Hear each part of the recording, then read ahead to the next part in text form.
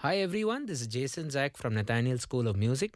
In this lesson, I'm going to hopefully show you how interesting and how important the concept of voice leading is in music. Voice leading is very similar or compared, you could say, to the concepts of chord inversions, which is more of a piano thing or a polyphonic instrument thing. And it's also compared to voicing. So I'd like to first look at that, the distinction a little bit.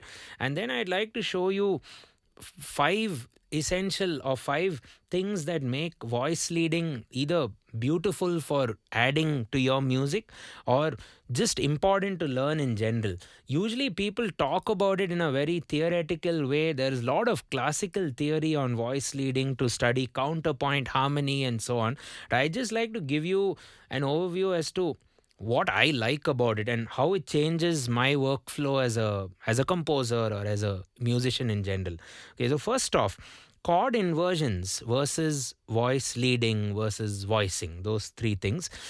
Chord inversions is more applicable to a chord. So a chord would be things like a triad.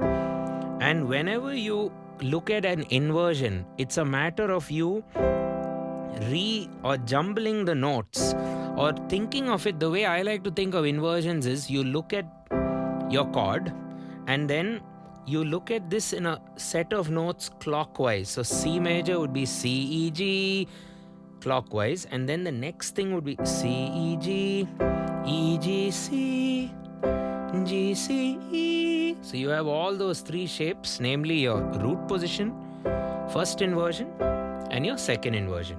Okay, and for a seventh chord, like a C seventh, again you will have your root position with the root at the bottom, first inversion with the root at the top, second inversion with the root in voice 3, you could say, and the third inversion with the root in voice 2. So as you can see, now we are starting to use the word voice. So it's tough to explain a chord beyond the topic of inversions. Usually in traditional speaking or in music theory textbooks, chord inversions the discussion ends beyond, like with triads. So you'll just say, okay, root position, first inversion, second inversion. Sometimes you do inversions of seventh chords.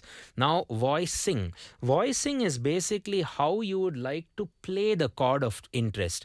It usually applies to bigger chords. So for instance, if I have to play this chord now I'm only playing B flat, E, A in the right hand.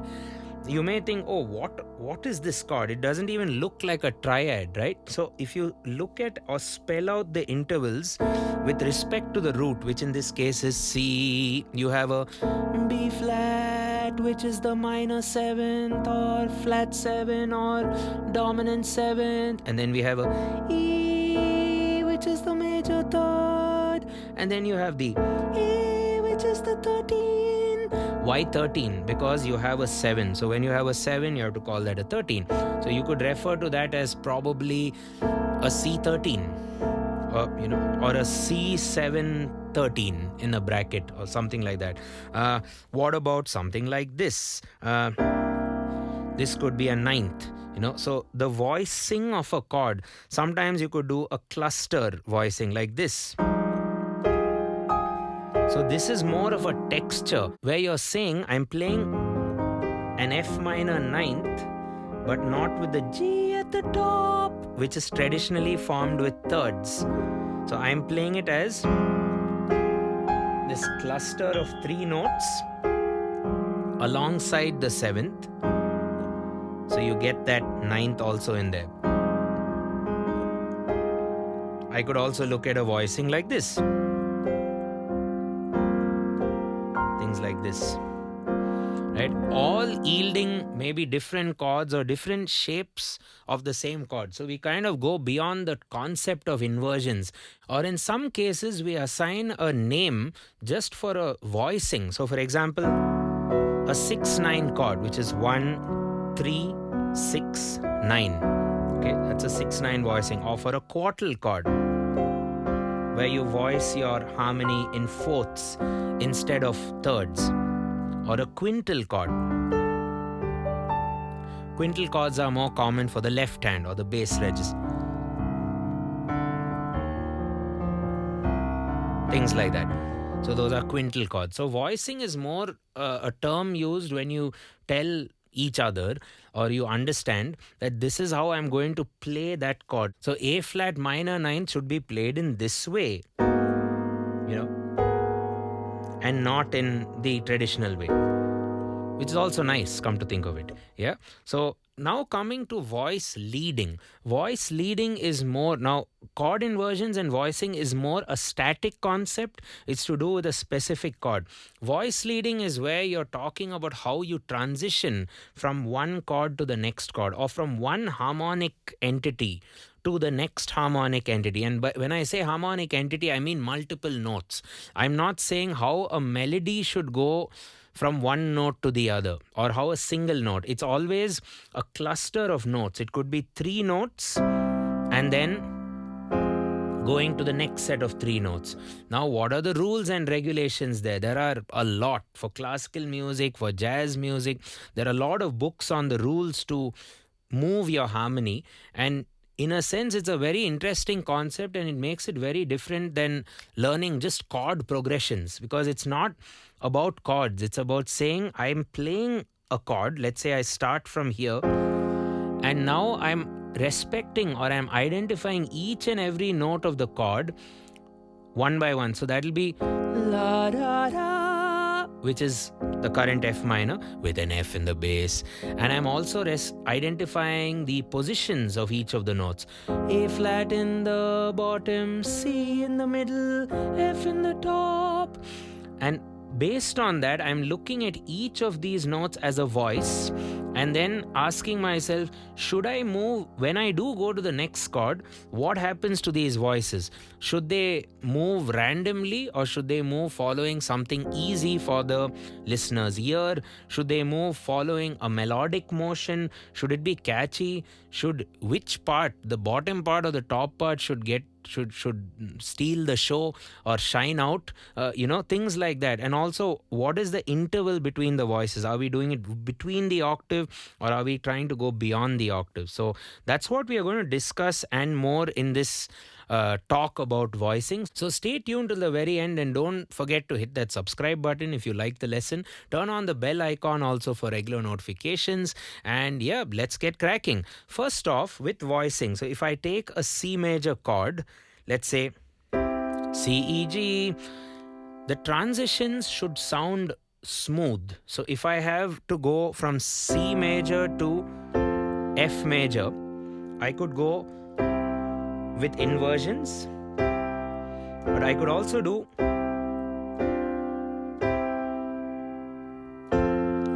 a little melody between that.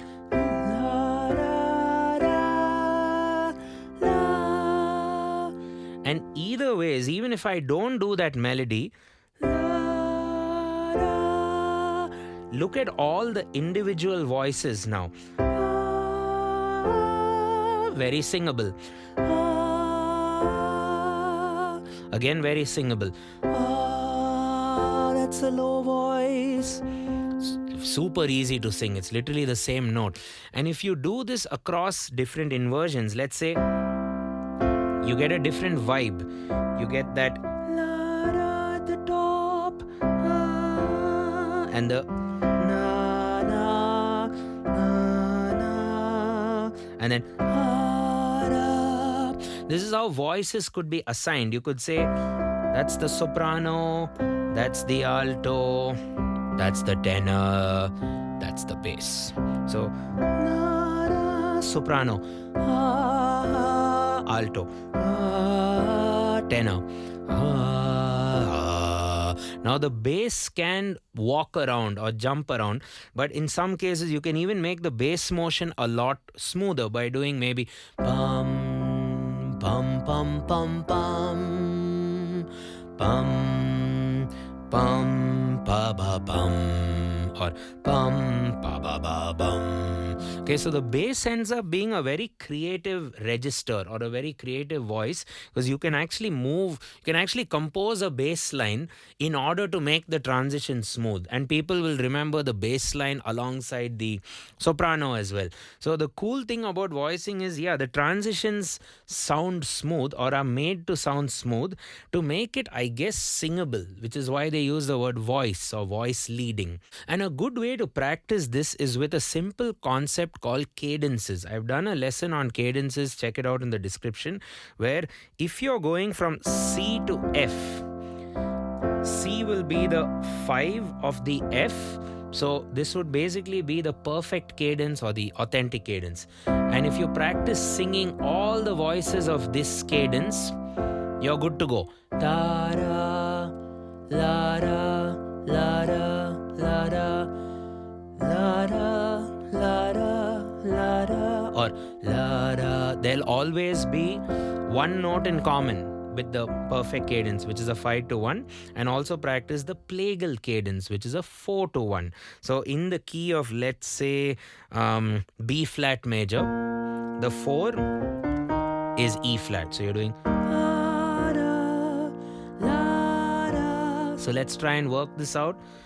E flat going to B flat, E flat going to B flat, and then you go B flat, B flat, because B flat's in common.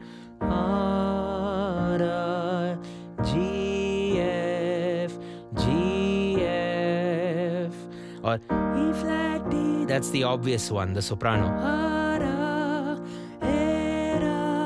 Okay, so in a nutshell, the transition sounds smooth, very rememberable, and remember, for the listener who's listening to your music, they would be able to sing that movement as well. You hope that the listener doesn't just hear and feel the emotion of the chords that you play, they also sing the notes of those underlying chords or the notes of the underlying harmony. Okay, so moving on to the next use case for voice leading, it could make a single chord last a lot longer using things like suspensions basically, or adding passing flavor to the notes. So if you take, let's say, F major chord,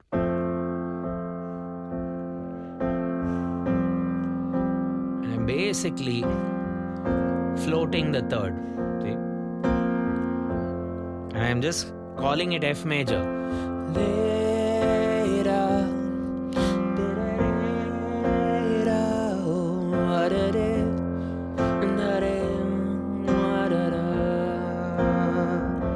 Okay, or I can float the top note.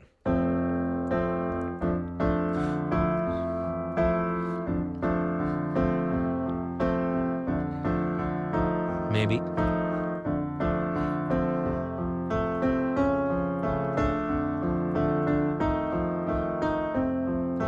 You could also use this technique to transition to the next chord with a lot more flavor.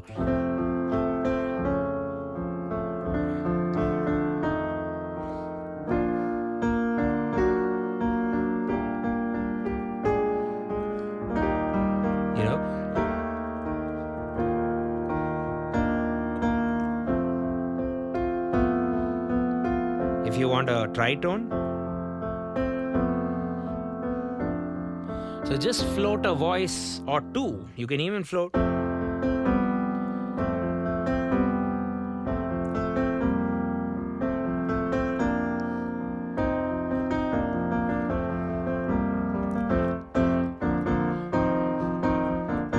Even riffs are built using this voice leading technique. Also, when you transition from, let's say, to F to a C, you get this very melodic journey rather than FC. Instead,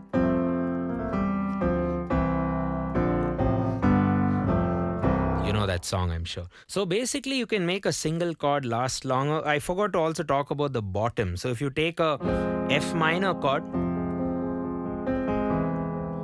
you get so many songs like this, and you call this the line cliche, actually. There we go. Basically, a single chord will last longer because it is interesting. It is made to be a lot more interesting by floating a voice. Okay. And the other thing about voice leading is there is melodic movement going on. It's not just chord, then next chord, then next chord, or you're not learning a chord progression. You're making the chord progression speak or come to life, or that chord progression itself is the melody. So just to take maybe a familiar melody.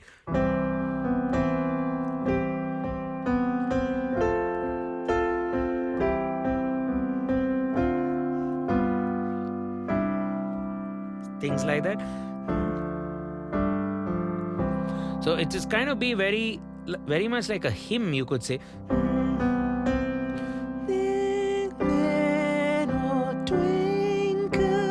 So everyone's singing twinkle while the alto goes twinkle. And then now let's do some tenor stuff. Little, little, little. So alto and soprano go little, little, and the tenor person or group go little star, star, star, star, star, star. So you're kind of thinking of what would the singers do around you if you're working with a 4-part choir. What are they going to do rather than just singing chord notes, which will be kind of boring. So if a choir or an a cappella group just has to do chord notes, the challenge being you can only add rhythm to make it more interesting, right? So in a choral context, or especially if you look at some of the hymns, if you're interested, let me know. We can do an analysis of some church hymns. Let me know in the description. We have done a few. We've done Amazing Grace. You can check it out. But if you'd like me to do an analysis with each voice, why not? We should have some fun. Why not? If you'd like me to do some analysis with an entire hymn, why not? I'd love to. Let me know. So basically, every voice has its own melodic movement. And that brings me to the next part, which is you don't just focus on one melody when you're composing using the environment of voice leading. Every voice or every part gets a chance to shine. Or basically, in some cases, you'll might even forget the soprano. You might be drawn to the tenor. You might be drawn to the alto. Sometimes in modern, popular, contemporary use cases, it might not be the right thing. So you have to look at it as, you have to wield that power well, so to speak. Yeah, so each voice or each part gets a chance to shine out. And lastly, I'd like to talk about the distance between the notes. So there is a certain beauty when you play voices in a cluster, and there is a certain beauty when you play it wider. Now traditionally, when we voice a chord, let's say F minor, we play in thirds. But if we do it in clusters, that would be basically in seconds. It'll work great for a song like "This is the end." Na na na na na na. It'll work for a lot of these ballad songs, I feel, or movie themes. Things like that. So that way of voice leading will work when you cluster and then move one of the voices. And the distance or the separation between the voices could also be in fourths apart from thirds. So you have seconds, thirds, fourths, fifths, and even sixths. Things like that. So this is F minor in seconds, F minor you could say in thirds, F minor in fourths. That's F minor in, you could say, fifths, and then F minor in maybe sixths, and so on and so forth. Yep. So you can voice a chord with any interval, and generally speaking, the two kinds of voicings are broken out or divided as open voicing and close voicing. So close voicing would be you're always within the octave and you go by your traditional inversion kind of concept, while open voicing would generally work as the three notes of your chord are definitely scattered across the octave. So if you take an F minor now, it's 1, 5, 3, which you could call as 10. That's one way of voicing F minor. That's one more way of voicing F minor. And that's the final way. So you get a much more wider sound. So I actually like to practice voice leading with wider notes or with open voicing. So it takes me away from the piano comfort zone and makes me just sing. Focus on each of these voices like how an orchestra were to play it. Like, so,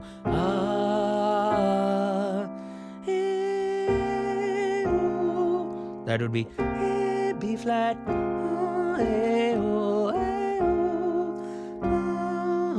see, I kept that soprano.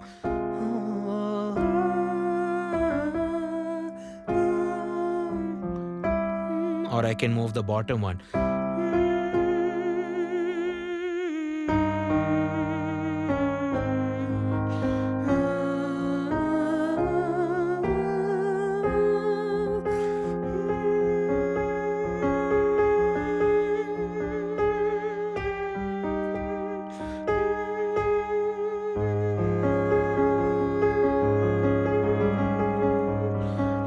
So I'd encourage you to try out the spread. I call it spread voicing, but I think officially it's called open voicing. We leave you a playlist called we've done a playlist with all our open or spread voicing tutorials. Check that out.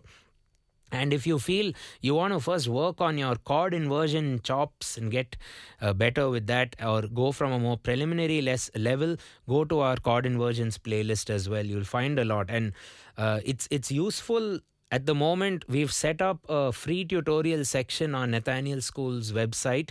Check that out in the description, where all of the YouTube videos over the years, there's been a lot of them with different topics and different skill levels. So when you go to free tutorials, you can filter it by your level, what topic you'd like to learn today or over the week. You want to learn arpeggios, hand independence, or whatever it might be. So check out the free tutorial section. It might be a nice way or a way better way to segregate or categorize our lessons, which we have done manually. We've taken some time and do it and have done it as best as we can.